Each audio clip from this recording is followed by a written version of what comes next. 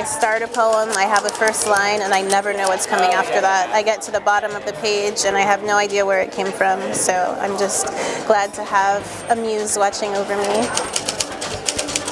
The student will be sitting where you're sitting, and I'll explain that these are part of SMU Reads on the poem Evicted, and so we're examining home, and I'll have questions. I have a few basic questions about home. I start with, what does home mean to you?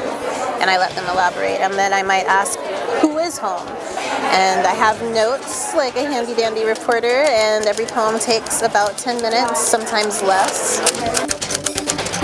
So this is a 1953 Smith Corona. I've had it for a little more than 3 years. All I need, it's my soulmate typewriter.